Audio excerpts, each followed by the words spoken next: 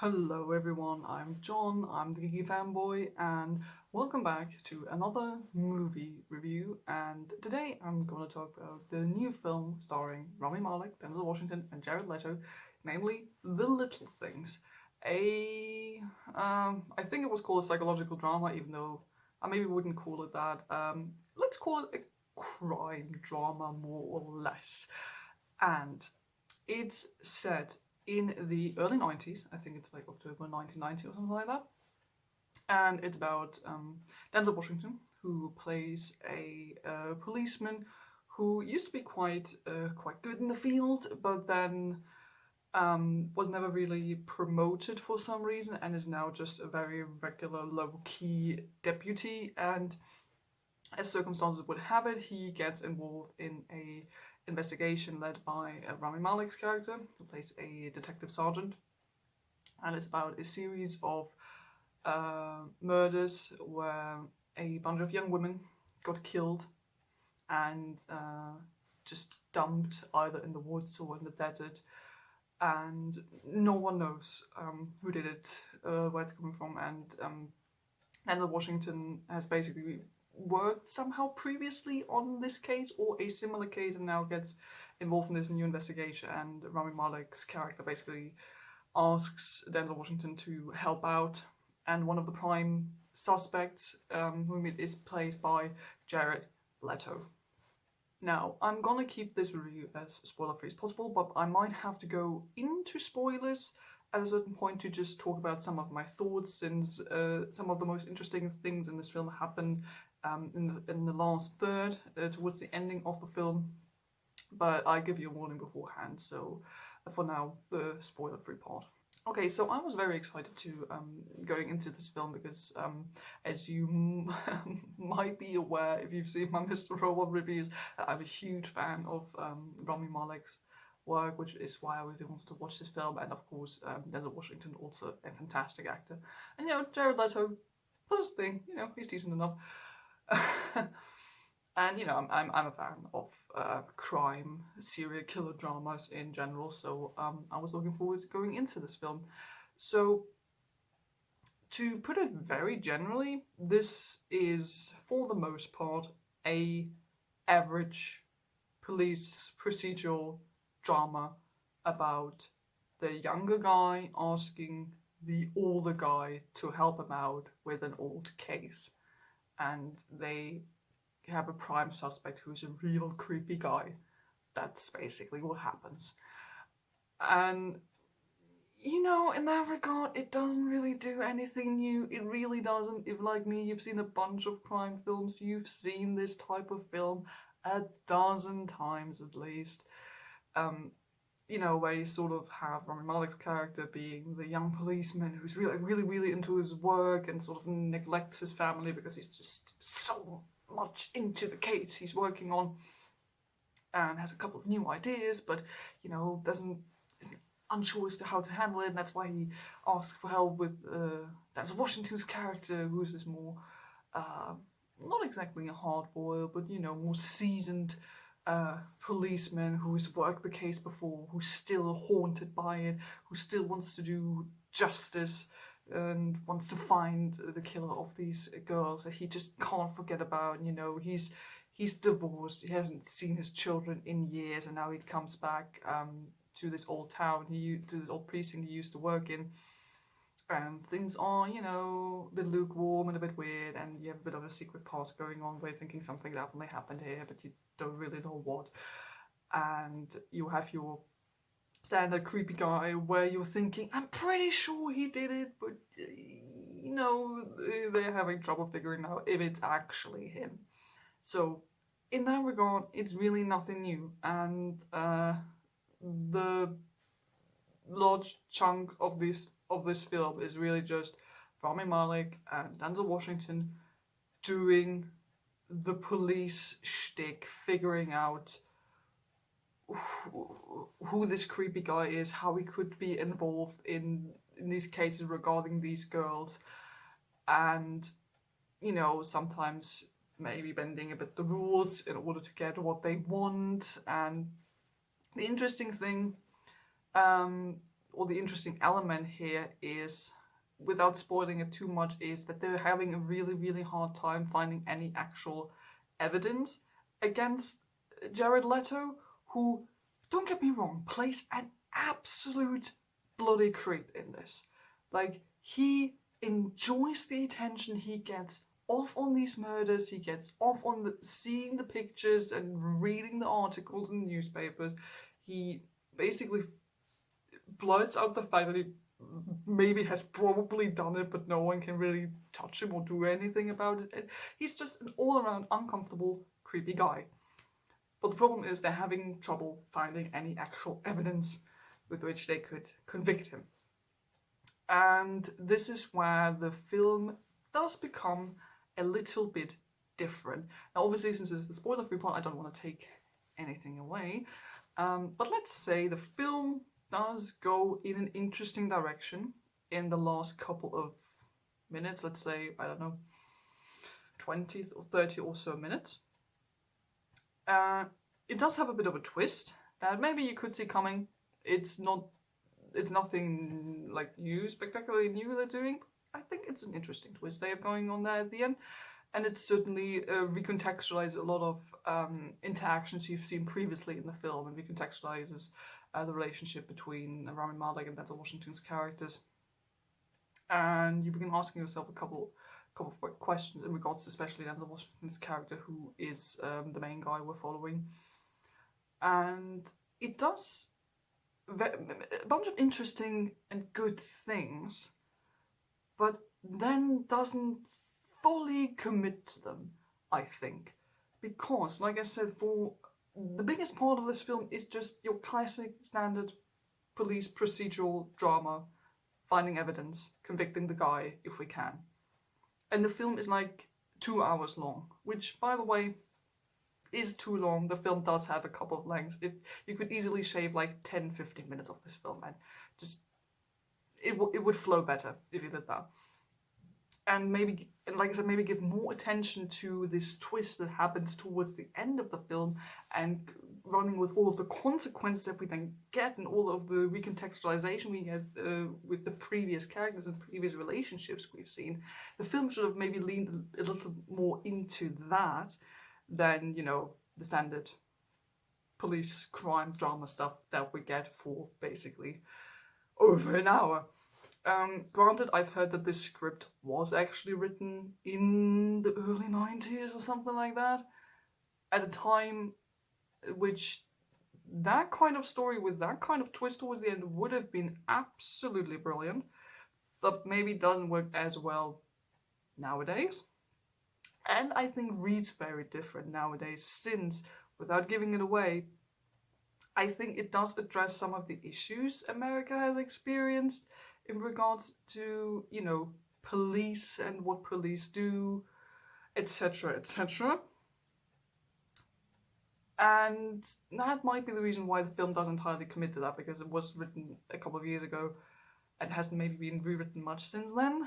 So it works a lot differently, I think, if you watch it now. If it had been made a couple of years ago, or maybe even in the 90s, it would have been really, really good. It very much has vibes of, like Zodiac or Seven. It very much has these Seven vibes where you have, these two cops, one younger, young older, and they're trying to catch a serial killer, even though you kind of sort of already know who did it, that sort of thing. But at the end of the day, this film is just very, very average. It's interesting. I think if you, like me, you're sort of a crime buff and you're interested in procedural dramas and serial killer stories and catching the guy, you're gonna have a good time with this. Like I said, it can be a bit lengthy, but otherwise, it doesn't do much wrong. The characters are, granted, very, very stereotypical standard. They don't have any like huge development, and they're not anything special, but they're acted very, very, very well. Everyone does a wonderful job, as expected. And you have something interesting there in the last couple of minutes of the film, which unfortunately the film doesn't run with long enough, which is sad, but I think you're still coming away from the film with having had an entertaining experience. And I'm gonna jump into just a couple of spoilers regarding the ending of the film, just in case you're curious and don't care about spoilers, what actually happens towards the end, or in case you've seen the film and would like to hear my thoughts on it. So here's a spoiler warning.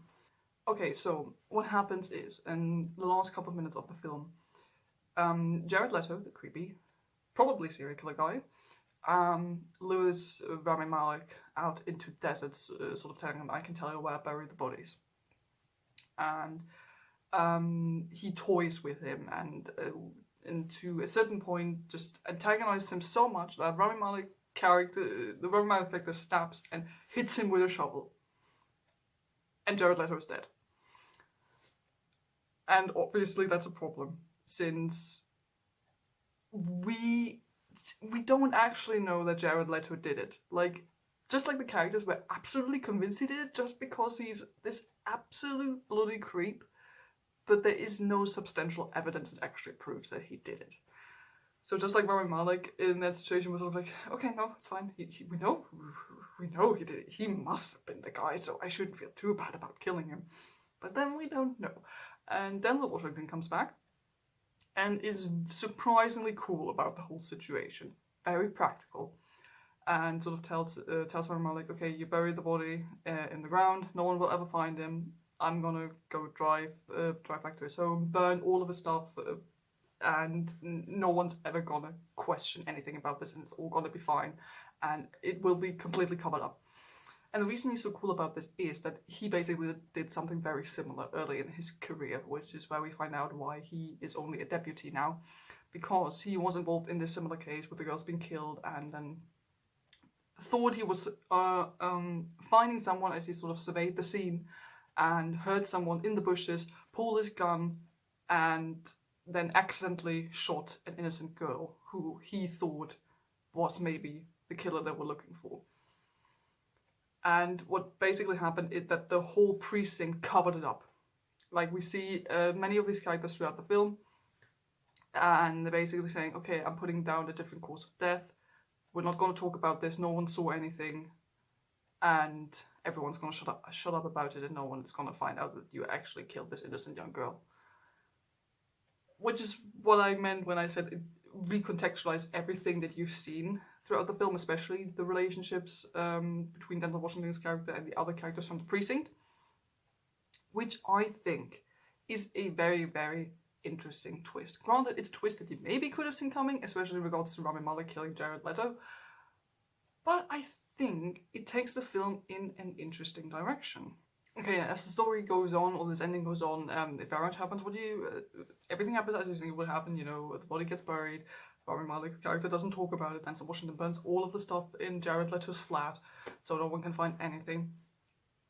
But then what happens, which I think is quite interesting, is Rami Malek's character gets sent something by Denzel Washington, which basically to Rami Malek confirms that yes, the guy he killed, Jared Leto, was the killer. So I think it's like a hair clip or something that got lost when one of the girls was killed, and they had hoped that they would find that hair clip in Jared Leto's belongings, sort of proving that he did it. And after all of that has transpired, Rami Malek gets sent this red hair clip by Denzel Washington, which sort of served as a confirmation. Yes, I did find this in his belongings while I was cleaning up, proving yes, he did it. To sort of reassure Rami Malek, it's okay, you did kill the man, but you killed the right man. He was an evil man, and you killed him, and it's okay. And you saved a lot of people doing that. But then we see in one of the last scenes of the film, Denzel Washington throwing away a bunch of red hair clips he has just bought. Basically telling us he only sent this to Rami Malek so he would not feel bad about what he did, but at the end of the day, we have absolutely no idea if Jared Leto was actually the killer. Which I thought was brilliant, because at first I thought, oh, okay, so we do get confirmation that Jared Leto did it. He's the bad guy. Okay, it's fine. Rami Malek doesn't have anything to feel bad about. But then they tacked it on at the end. And I think that's interesting.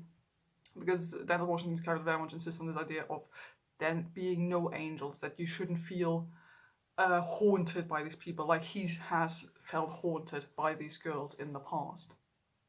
Sort of trying to take this weight off Rami Malek's shoulders so that he doesn't have to live with the same feeling, which I think is very, very interesting.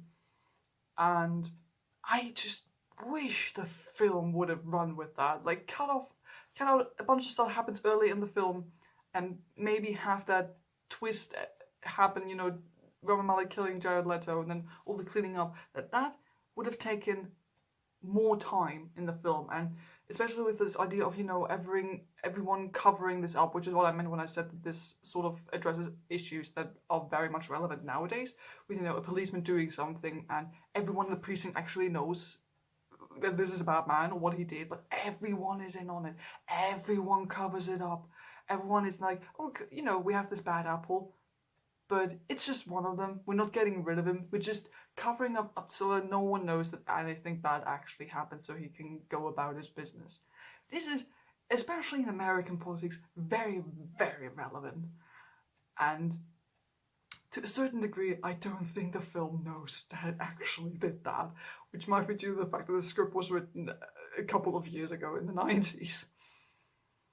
So it does something so interesting for like the last 20 minutes, and then the ending comes and it's already over and you're thinking, but the implications, but what about the other people, but and you're thinking there could be so much more you could do with that. Which is why I was a bit disappointed, because there's some really, really good ideas in there.